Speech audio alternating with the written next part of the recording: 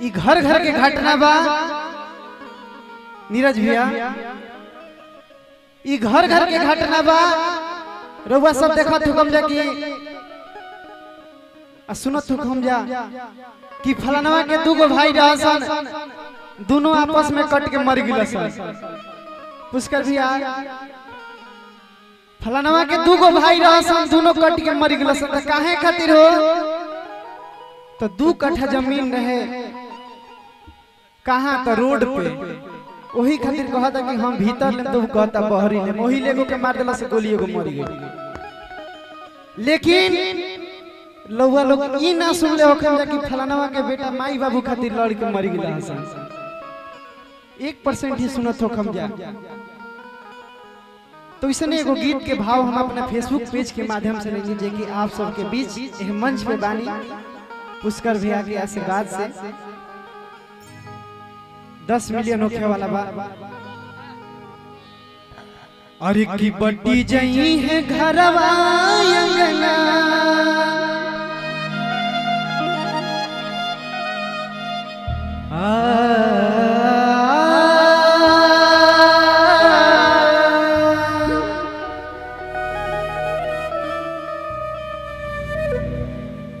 की बड्डी जई है घरवा अंगना, और दुआर पाई पाई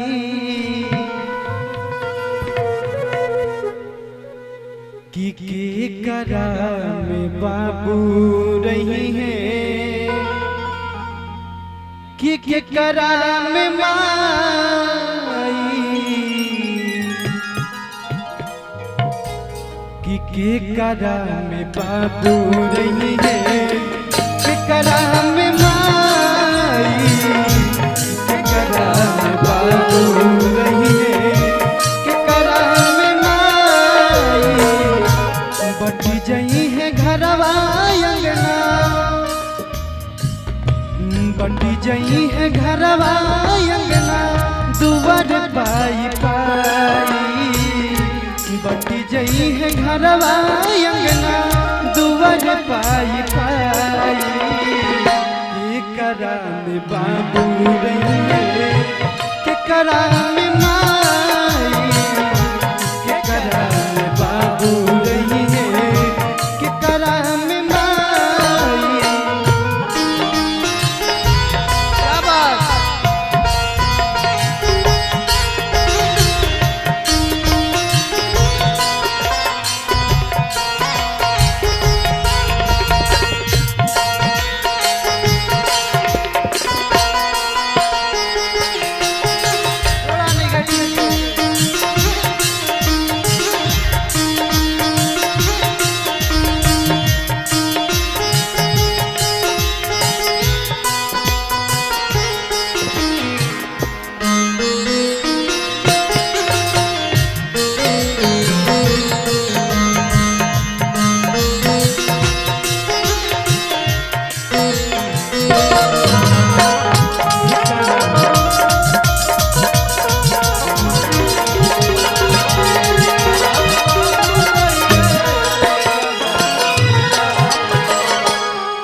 बात आ गई, चलत रहेगा। क्या बात! अगर हमरा पता रही कि तू ऐसा कुपुत जम्बा, बहुत बहुत धन्यवाद मोनू भैया, ऐसे ही आशीर्वाद बनैले रह जा। अगर जानती कि तू इतना कपूत जमबा,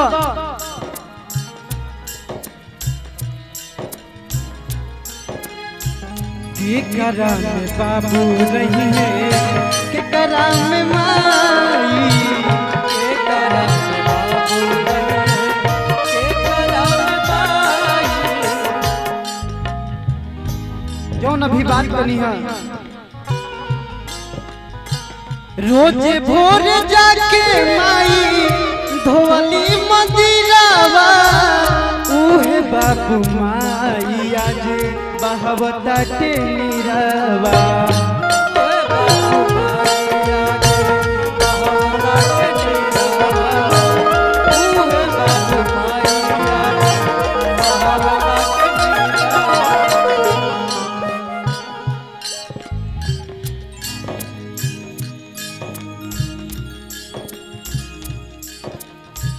रोज भोर जाके माई धोवाली मंदिरावा उहे बाबू माई आज बहवताटे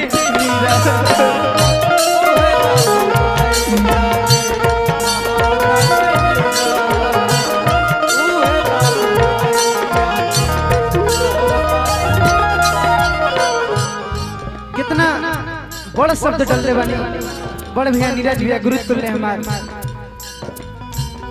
कहले बहनिया रोई रोई कहले बहनिया रोई रोई ससुरा में आई के कहले बहनिया रोई रोई ससुरा में आई के करा में बाबू रही है के करा में माई के करा में बाबू रही है के करा में माई बटी जई है घरवा अंगना बटी जई है घरवा अंगना दुआर पाई पाई के करा में बाबू रही है के करा में माई के करा में बाबू रही है के करा में